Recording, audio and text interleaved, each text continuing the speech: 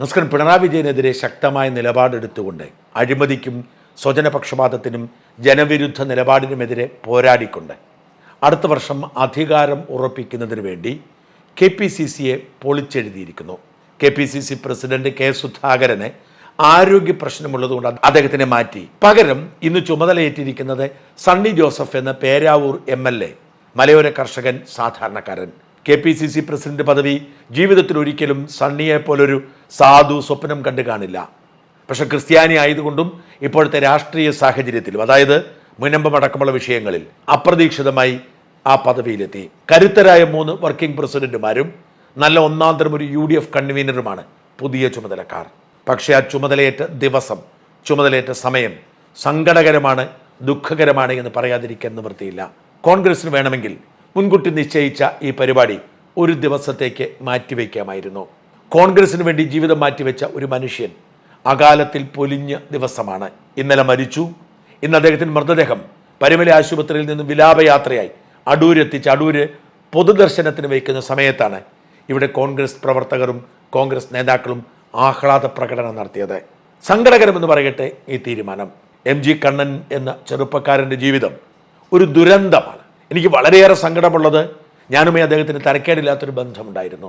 ഏതാനും ആഴ്ചകൾക്ക് മുമ്പ് എന്നെ ടെലിഫോണിൽ വിളിച്ച് ഒന്ന് കാണണമെന്ന് ആവശ്യപ്പെട്ടിരുന്നു. കാണാം എന്ന് ഞാൻ പറയുകയും ചെയ്തു. പക്ഷെ അപ്രതീക്ഷിതമായി ആ നല്ല മനുഷ്യനെ മരണം വിളിക്കുമെന്ന് ഞാനോ ആരെങ്കിലുമോ കരുതിയിട്ടുണ്ടാവില്ല. ഇന്നലെ പരുമല ആശുപത്രിയിൽ പ്രവേശിപ്പിച്ച MG കണ്ണനെ ചേർത്ത് പിടിക്കാൻ യൂത്ത് കോൺഗ്രസ് പ്രസിഡന്റ് രാഹുൽ മാങ്കൂട്ടത്തിൽ നടത്തിയ ശ്രമമുണ്ട്. നിറഞ്ഞ കണ്ണുകളോടെ രാഹുൽ, എന്തിനാ കണ്ണൻ ചേട്ടാ നീ ഇപ്പോൾ പോയതേ എന്ന് ചോദിച്ച ഒരു ചോദ്യമുണ്ട്. അത് ആ മനുഷ്യന്റെ ജീവിതത്തിന്റെ അടയാളപ്പെടുത്തലാണ്. അപൂർവമായി മാത്രമേ നമുക്ക് ഇത്തരം നേതാക്കളെ കിട്ടൂ. ഇക്കഴിഞ്ഞ നിയമസഭാ തെരഞ്ഞെടുപ്പിൽ കേരളം മുഴുവൻ പിണറായി തരംഗമാണെന്ന് നമുക്കറിയാം. 99 സീറ്റിലാണ് ഇടതുപക്ഷം ജനിച്ചത്.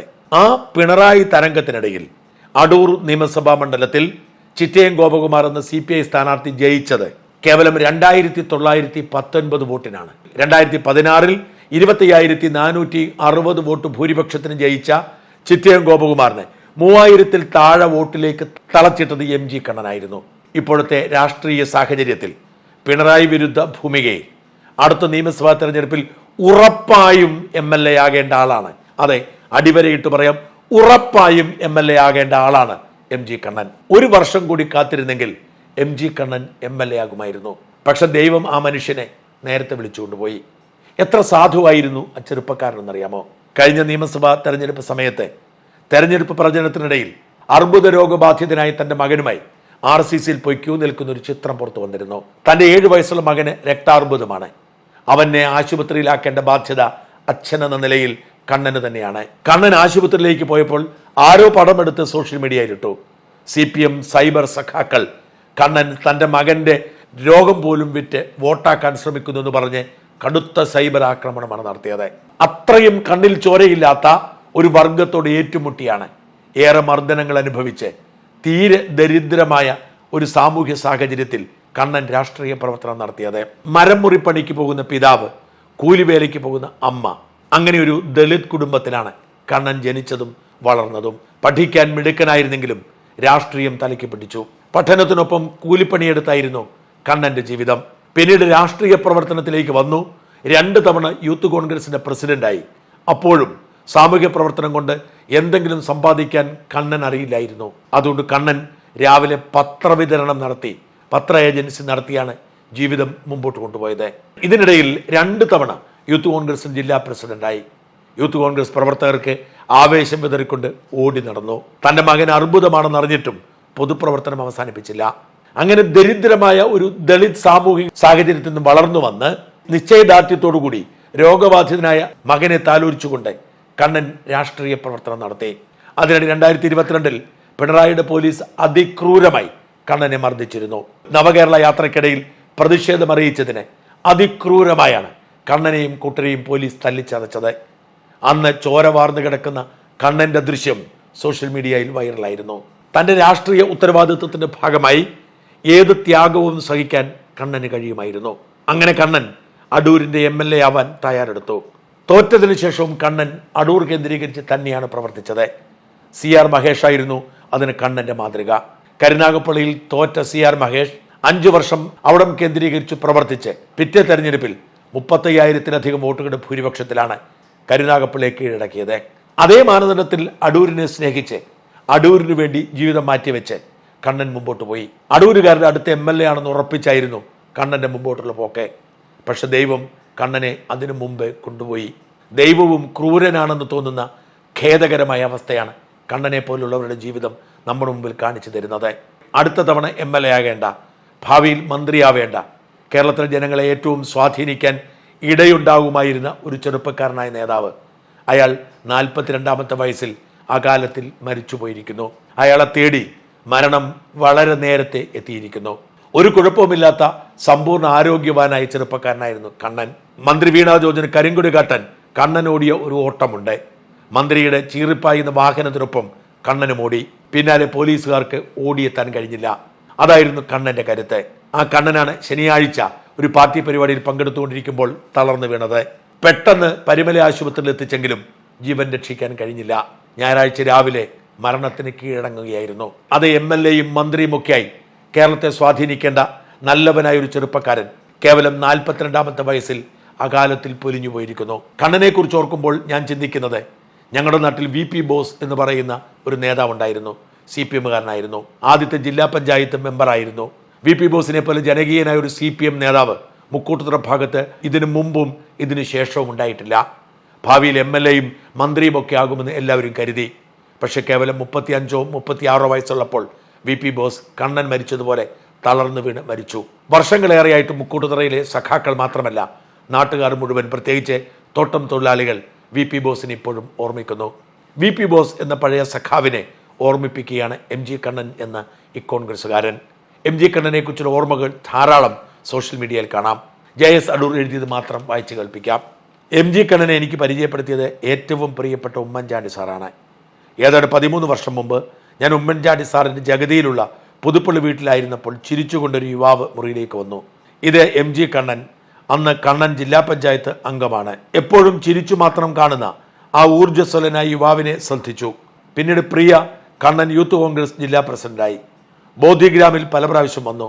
2021-ലെ തെരഞ്ഞെടുപ്പ് കാലത്ത് ഞാൻ പൂർണ്ണ സമയം പാർട്ടി പരിശീലന പരിപാടികളിലും മാനിഫെസ്റ്റോ ചുമതലകളിലുമായി ഓടി നടക്കുന്ന കാലത്ത് രാവിലെ ഉമ്മൻചാണ്ടി സാർ വിളിച്ചു. അവിടെ ചെന്നപ്പോൾ കണ്ണൻ അവിടെയുണ്ട്. കണ്ണനെ വിളിച്ച് എന്നെ ഒന്ന് കാണാൻ പറഞ്ഞു. കണ്ണനെ മാറ്റി നിർത്തി 20 മിനിറ്റ് അദ്ദേഹത്തിൻ്റെ എല്ലാ പശ്ചാത്തലങ്ങളും അറിഞ്ഞു. അതിരാവിലെ എഴുന്നേറ്റ് പത്രവിതരണമെന്ന തൊഴിൽ ചെയ്ത് രാഷ്ട്രീയ പ്രവർത്തനം നടത്തിയിരുന്ന ഊർജ്ജസ്വലനും പക്വതയുമുള്ള കണ്ണൻ ഭാവിയിലെ രാഷ്ട്രീയ നേതാവാണെന്ന് എനിക്ക് തോന്നി. പിന്നീട് ഉമ്മൻചാണ്ടി സാർ അഭിപ്രായം ചോദിച്ചു. അടൂർ നിയോജക മണ്ഡലത്തിൽ കണ്ണൻ നല്ല സ്ഥാനാർത്ഥിയായിരിക്കുമോ എന്ന് ചോദിച്ചു. ഗ്രാമപഞ്ചായത്തിലും ജില്ലാ പഞ്ചായത്തിലും വിജയിച്ച കണ്ണനായിരിക്കും വിജയസാധ്യതയുള്ള സ്ഥാനാർത്ഥിയെന്ന് ഞാൻ പറഞ്ഞു. കണ്ണനെ വീണ്ടും ഉമ്മൻചാണ്ടി സാർ വിളിച്ചു. കണ്ണൻ അടൂരിൽ പോയി പ്രവർത്തനം തുടങ്ങുക എന്ന് പറഞ്ഞത് എൻ്റെ മുന്നിൽ വെച്ചാണ്. കണ്ണൻ്റെ കണ്ണു നിറഞ്ഞു. ഉമ്മൻചാണ്ടി സാറിൻ്റെ കയ്യിൽ പിടിച്ച് 2 നിമിഷം നിന്നു. ഉമ്മൻചാണ്ടി സാർ തോളിൽ തട്ടി ജയിച്ചു വരണമെന്ന് അനുഗ്രഹിച്ചു വിട്ടു. അങ്ങനെ MG കണ്ണൻ അടൂരിലെ കണ്ണനായി. ആ തെരഞ്ഞെടുപ്പ് കാലത്ത് കണ്ണനെ പല പ്രാവശ്യം കണ്ടു. എൻ്റെ പ്രിയ സുഹൃത്ത് സൈമൻ അലക്സനായിരുന്നു മണ്ഡലത്തിൻ്റെ ചാർജ്. വളരെ ചിട്ടയായ പ്രവർത്തനം. വളരെ കുറച്ച് വോട്ടിനാണ് ആ സീറ്റ് പോയത്. കണ്ണൻ എല്ലാവരുടെയും കണ്ണനായി. തെരഞ്ഞെടുപ്പ് കഴിഞ്ഞ് കണ്ണൻ ആ മണ്ഡലത്തിൽ എല്ലായിടത്തും സജീവനായി. ബോധിഗ്രാമിൽ ഞാൻ വിളിച്ച പരിപാടികൾക്കും അല്ലാതെയും എന്നെ കാണാൻ പല പ്രാവശ്യം വന്നു. അങ്ങനെ അടുത്ത സ്നേഹിതനായി, അനുജനായി. എപ്പോഴും എവിടെ വെച്ച് കണ്ടാലും കണ്ണൻ അടുത്ത് വന്ന് 2 വാക്കുകൾ പറഞ്ഞേ പോവുകയുള്ളൂ. ഇന്നലെ ഞായറാഴ്ച പ്രിയ കണ്ണൻ്റെ ഒരു പരിപാടിക്ക് ശേഷം ബോധിഗ്രാമിൽ നടന്ന സ്ത്രീ നേതൃത്വം ക്യാമ്പിൽ രമേശ് ചെന്നിത്തല പങ്കെടുക്കാനായിരുന്നു പരിപാടി. അതനുസരിച്ച് ശനിയാഴ്ച രമേശ് ചെന്നിത്തലയുമായി ബന്ധപ്പെട്ടപ്പോൾ കണ്ണനെ വിളിച്ച് അവിടെ പ്രോഗ്രാം എപ്പോൾ തീരുന്നത് എന്ന് ചോദിക്കണമെന്ന് പറഞ്ഞു. ഞാൻ കണ്ണനെ പല പ്രാവശ്യം ഫോൺ വിളിച്ചു, എടുക്കുന്നില്ല. അപ്പോഴാണ് കണ്ണൻ മുത്തൂറ്റ് ആശുപത്രിയിൽ എന്നറിഞ്ഞത്. രാവിലെ ബോധിഗ്രാമിൽ നിന്ന് പോയ DCC പ്രസിഡന്റ് സതീഷ് കൊച്ചുപറമ്പിലിനോട് ചോദിച്ചപ്പോൾ സ്ട്രോക്കാണ്, ഇപ്പോൾ പരിമലയിലേക്ക് മാറ്റാൻ പോകുന്നു, പേടിക്കാനൊന്നുമില്ലെന്ന് തോന്നുന്നു എന്ന് പറഞ്ഞു. അത് കഴിഞ്ഞ് ആൻ്റണി വിളിച്ചപ്പോൾ പരിമല വിളിച്ച് എല്ലാ മെഡിക്കൽ സൗകര്യങ്ങളും ശരിയാക്കി എന്ന് പറഞ്ഞു. വൈകിട്ട് അടൂരിലെ പഴകുളം മധു പറഞ്ഞു, കാര്യങ്ങൾ സീരിയസ് ആണ്, ഹാർട്ട് അറ്റാക്ക് കൂടിയായി, ആൻജിയോ ചെയ്യാവുന്ന സ്റ്റേജിലല്ല. ആൻറ്റോയെ വിളിച്ചപ്പോൾ അദ്ദേഹം പരിമലയിലുണ്ട്. ഏറ്റവും മികച്ച മെഡിക്കൽ ടീമാണ്. എല്ലായിടത്തും ഞങ്ങൾ ബന്ധപ്പെട്ട മെഡിക്കൽ അഡ്വൈസ് തേടുന്നു, നമ്മളെ കൊണ്ടാകുന്ന എല്ലാം ചെയ്യുന്നു എന്ന് പറയുമ്പോഴും പ്രതീക്ഷയുണ്ടായിരുന്നു. അല്പം കഴിഞ്ഞ് എൻ്റെ പ്രിയ സുഹൃത്തുക്കളായ ജയപ്രസാദും അജു ഏഴംകുളവും വിളിച്ചു. നമുക്ക് പരിമല പോകാം എന്ന് പറഞ്ഞു. അവിടെ എത്തിയപ്പോൾ ആൻ്റണി അവിടെയുണ്ട്. അദ്ദേഹം വളരെ വിഷമത്തിൽ. അപ്പോഴാണ് പ്രതീക്ഷ നഷ്ടപ്പെട്ടു എന്നറിഞ്ഞത്. അവിടെ പത്തനംതിട്ടയിലെ പാർട്ടി യൂത്ത് കോൺഗ്രസ് പ്രവർത്തകരും നേതാക്കളും ഉണ്ടായിരുന്നു. ഞങ്ങൾ 3 പേരും കയറി കണ്ടു. കണ്ണുനീരടക്കാൻ പ്രയാസപ്പെട്ടു. കണ്ണനെ അറിയാവുന്ന എല്ലാവരും ദുഃഖവുമായി അവിടെ ഉണ്ടായിരുന്നു.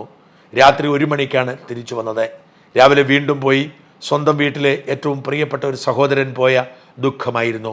ഒട്ടും നനയ്ക്കാതെ പോയതിലുള്ള ഷോക്ക്. ഇന്നലെ അടൂരിൽ വെച്ച് കാണാമെന്ന് പറഞ്ഞിരുന്ന കണ്ണൻ്റെ ചേതനയേറ്റ ശരീരം കണ്ടപ്പോൾ മനുഷ്യൻ്റെ ആയുസ്സിനെ കുറിച്ച് ഞാൻ എപ്പോഴും ഓർക്കുന്ന 103 സങ്കീർത്തനത്തിലെ ഒരു വാക്യം മനസ്സിൽ വന്നു. വല്ലാത്ത സങ്കടത്തിൽ. സത്യം പറഞ്ഞാൽ മനുഷ്യ ജീവിതം എത്ര നിസ്സാരമാണ് എന്ന് ഒരിക്കൽ കൂടി ഓർമ്മിപ്പിക്കുകയാണ് കണ്ണൻ എന്ന ഈ ചെറുപ്പക്കാരൻ്റെ അകാലത്തിലെ മരണം. നമുക്കാർക്കും എപ്പോൾ വേണമെങ്കിലും നൊടിയിടയിൽ മരണത്തിനോടൊപ്പം യാത്ര ചെയ്യേണ്ടി വരും എന്ന തിരിച്ചറിവുണ്ടെങ്കിൽ ഇതിനേക്കാൾ നല്ല മനുഷ്യരായി നമുക്ക് ജീവിക്കാൻ കഴിയില്ലേ? എങ്കിലും ദൈവമേ, എന്തിനാണ് നീ ഈ ക്രൂരകൃത്യം ചെയ്തത്?